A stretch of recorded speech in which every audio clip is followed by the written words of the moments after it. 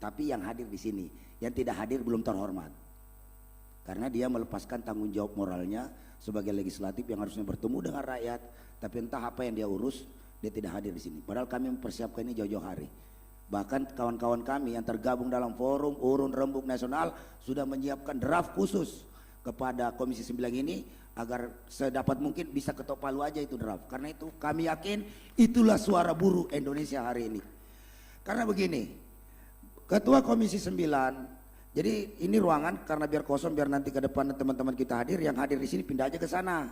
Jadi yang kosong nanti biar kita yang isi. Bantu Komisi 9 membuat undang-undang tenaga kerja yang benar-benar pro kepada rakyat, benar-benar Pancasila dan berdasarkan Undang-Undang Dasar 1945. Itu harapan kita semua. Karena hari ini kaum buruh Indonesia 10 tahun terakhir sudah mengalami trauma yang sangat besar sekali. Sangat dahsyat trauma kami terhadap lahirnya Undang-Undang Omnibus Law sialan itu. Ya kan? Undang-Undang Jahanam. Kami bilang aja di sini memang harus begitu, Pak. Agar menjadi evaluasi, karena Komisi 9 periode sebelumnya terlibat dalam pembuatan undang-undang brengsek itu. Jadi kita tidak ingin Komisi 9 mengulang lagi cerita lalu yang sudah usang dan sangat bikin sakit hati kita gitu loh. Ya kan? Masih untung aja buruh kemarin gak ikutan sama teman-teman yang ada di luar kemarin. Tapi bisa jadi kalau undang-undang yang hari ini kita bicarakan hari ini tidak sesuai dengan aspirasi, gantian buruh yang akan bongkar pagar DPR dan mencari bapak-bapak semua di sini. Itu dong, ya kan? Nah, biar suasana cair dulu ini. Santai aja Bu, kita ini harus sama situasinya, baik di atas mobil komando maupun di ruang sidang. Karena kita datang di sini tidak ingin mengkhianati amanah dan tanggung jawab kami sebagai pimpinan kaum buruh kepada anggota-anggota kami. Baru sebagian kecil aja udah terjolimi tuh di luar, kawan-kawan kita nggak bisa masuk ke sini, ya kan? Nah, selanjutnya ada beberapa persoalan agar nanti teman-teman Komisi 9 ini tidak terlihat konyol di depan publik. Karena hari ini kan publik sudah amat sangat, kita berharap undang-undang transparansi ini harus benar-benar dianut betul oleh Komisi 9 DPR RI. Karena ini undang-undang adalah untuk kita semua, untuk perbaikan ekonomi kita yang sudah hancur lebur 10 tahun di tangan Jokowi. Iya, hari ini daya beli menurun, PHK di mana-mana, pengangguran di mana-mana, 10 juta kaum Gen Z hari ini tidak memiliki pekerjaan, 10 juta kawan-kawan kelas menengah turun kelas menjadi miskin. Itu semua gara-gara apa? Undang-undang Omnibus Law. Itu adalah yang sekali lagi saya ulang, tolong Komisi 9 periode 2024 2029 ini lebih memiliki hati nurani yang tulus, tidak mengulangi kesalahan yang lalu Komisi 9 yang ikut-ikutan goblok oleh rezim Jokowi itu. Ya kan? Saya nyatakan di sini dengan tegas. Pimpinan, mohon maaf pimpinan, sedikit pimpinan. Ya Bu Irma silakan. Sedikit ya Pak, sedikit aja. Saya nambahkan, mohon maaf, saya perlu mengklarifikasi bahwa Omnibus Cipta Kerja tidak dibikin oleh Komisi 9 tapi langsung balik. Badan legislasi. Ya, bukan di Komisi 9. Kami tidak sama sekali tidak membahas undang-undang Omnibus Cipta Kerja. Adanya di balik, bukan di sini. Itu satu. Iya, DPR RI itu benar Pak, tapi jangan Komisi 9-nya ya Pak. Komisi 9 tidak terlibat Pak, ya. Dan kami beberapa fraksi juga, mohon maaf, juga pada saat itu meminta klaster ketenaga kerjaan itu dikeluarkan dari undang-undang Omnibus. Tapi tetap berlaku. Tapi kan masalahnya kan pembuatan undang-undang itu nggak cuma DPR Pak, tapi juga pemerintah. Terima kasih pimpinan. Yang jelas itu dosa DPR. Ya. Yang jelas kalau udah berdosa ngaku aja Bu, biar cepat diampuni oleh Allah Subhanahu Wa Taala. Jangan menutup diri lah. Ya. Ini buruh melawan ini hadir di sini. Ya kan? Jadi kalau dosa ngaku aja biar cepat di. Iya, bergantian ya Pak bicaranya tolong. Halo Pak, izin saya yang mimpin rapatnya, jadi mohon bisa bergantian tadi karena Bu Irma lagi interupsi, tolong juga didengarkan dulu. Nah, Bu Irma udah selesai, Kak, saya kembalikan lagi ke Pak. Silakan. Jadi tujuan daripada revisi Undang-Undang Ketenagakerjaan yang kita garap hari ini bersama-sama, dan ini dipantau oleh seluruh kaum buruh, ya kan, yang benar-benar amat sangat ingin agar Undang-Undang Ketenagakerjaan itu benar-benar jauh dari Undang-Undang Omnibus Law sialan itu, ya kan. Harus dijauhkan dari itu. Karena itulah produk kapitalisme yang menggerus dan membuat kaum buruh Indonesia hari ini benar-benar merasakan penderitaan yang luar biasa.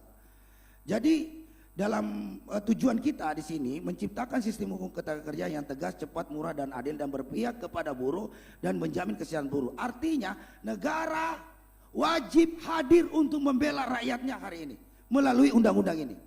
Karena ini namanya undang-undang ketenagakerjaan, karena undang-undang pengusaha diatur oleh undang-undang perusahaan, perseroan terbatas dan lain-lain, maka khusus untuk undang-undang ketenagakerjaan ini harus benar-benar dibuat membela kaum buruh Indonesia. Itu poin utamanya. Ya kan? Kemudian menyediakan perlindungan hukum bagi seluruh pekerja termasuk sektor rentan, sektor informal. Kalau kemarin-kemarin, fakta yang kemarin banyak sekali kaum buruh Indonesia tidak dilindungi secara hukum. Baru membentuk serikat pekerja di perusahaan sudah di PHK. Baru bilang Omnibus Law di Twitter, ya kan, bermasalah, pro kapitalis, di penjara. Ini negara apa-apaan ini? Dikasih masukan yang positif malah rakyatnya di penjara.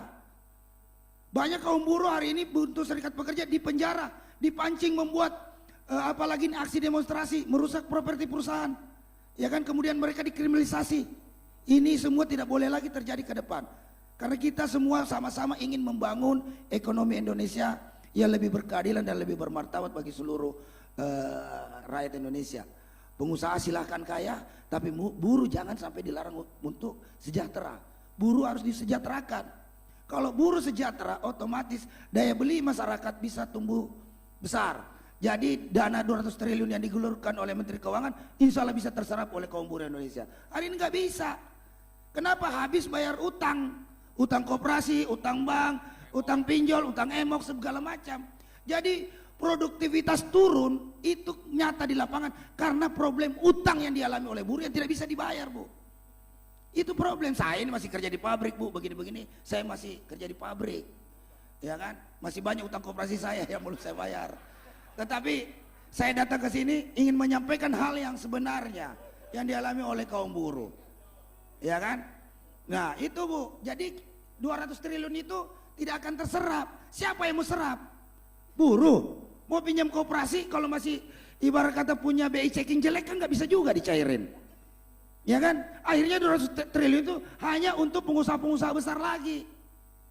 Terus kapan bela Indonesia, bela rakyatnya? Ini sistem ekonomi kita, ya kan? Jadi undang-undang ketenagakerjaan ini pasti hubungannya nanti dengan perekonomian kita, undang-undang investasi dan sebagainya.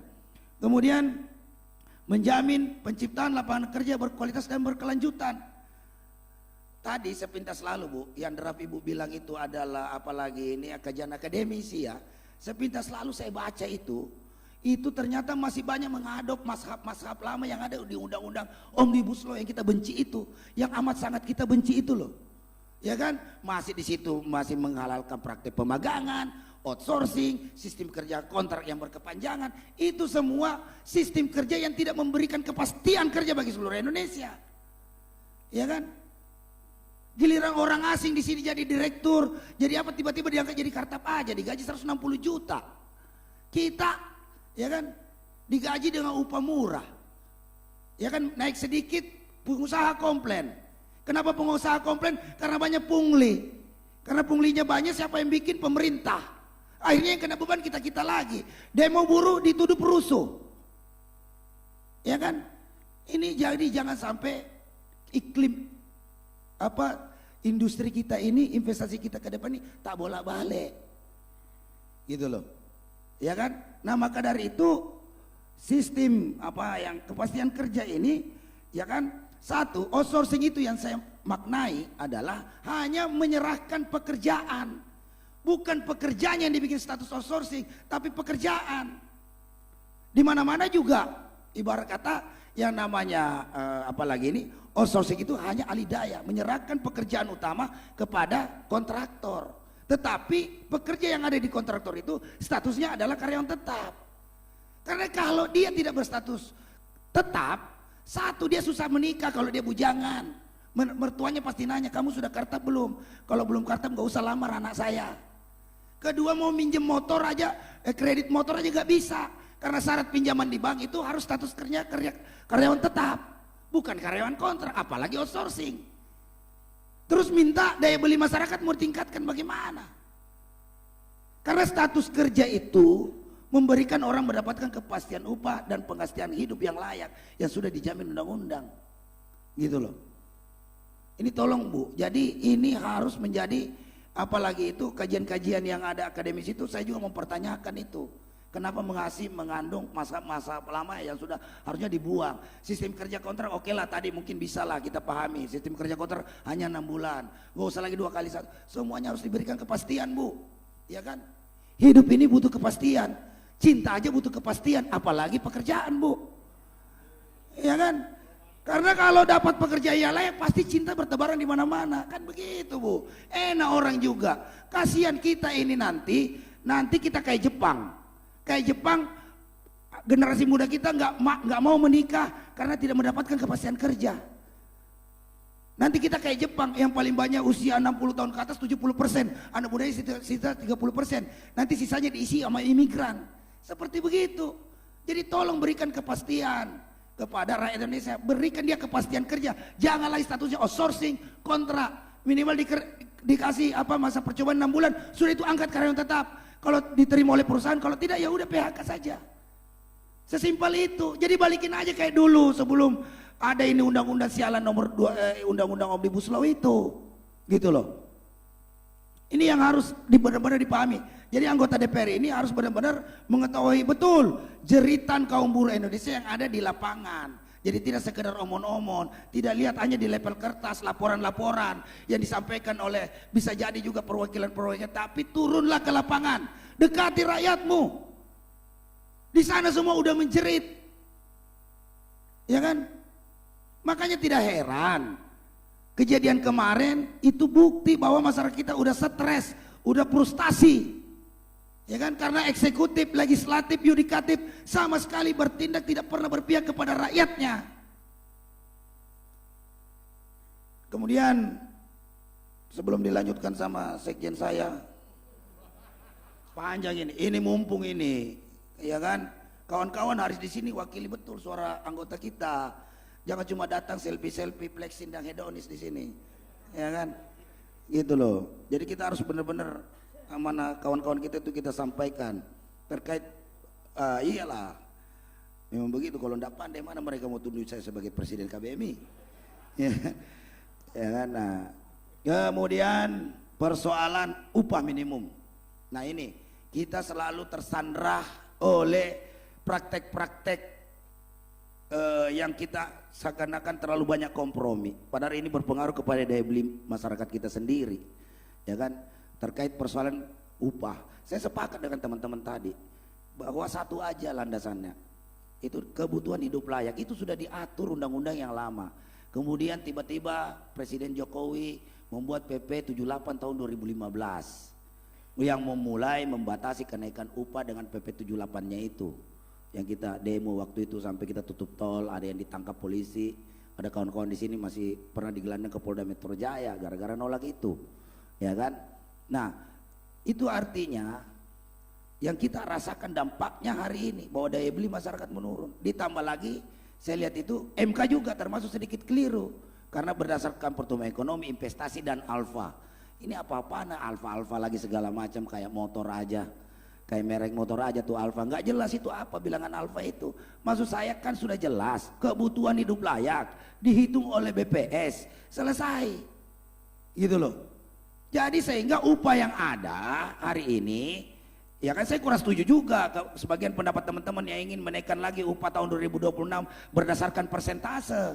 Kalau berdasarkan persentase, maka upah yang hari ini yang ada kawan-kawan di Jawa Barat, di Banten yang sudah tinggi, pasti beda jauh dengan kawan-kawan yang ada di Jawa Timur, Jawa Tengah sana. Maka tetap melestarikan yang namanya disparitas upah. Jadi sudah saatnya kita memberlakukan upah layak nasional. Pegawai negeri sipil aja bisa, kok kita swasta nggak bisa? Gitu loh. Iya kan? Saya kira itu konsep upah itu berdasarkan kebutuhan hidup layak itu yang harus kita gaungkan agar supaya buruh juga bisa sama dengan pegawai negeri sipil yang gajinya bisa sama dari Sabang sampai Merauke. Kan aneh juga, masa buruh garmen di Jawa Barat UMK-nya 4 juta hari ini atau 5 juta misalnya. Masa lebih tinggi daripada kawan-kawan yang ada di tambang sana di Kalimantan Timur yang gajinya 3,5 juta. Kan tidak logis itu. Oh, satu kerjanya tambang batu bara gajinya 3,5, satu bikin apalagi ini celana jahit baju gajinya 5 juta. Ini tidak logis menurut saya. Jadi disparitas upah ini harus dihentikan, ya kan, agar bisa mendukung program Prabowo untuk menaikkan daya beli masyarakat. Dan selanjutnya saya sarankan kepada Sekjen, karena dia sudah colek-colek saya dari tadi, saya persilakan aja Sekjen saya untuk melanjutkan, karena volumenya tetap sama ini Bu, garis keras ini Bu, jangan salah Bu. Assalamualaikum warahmatullahi wabarakatuh.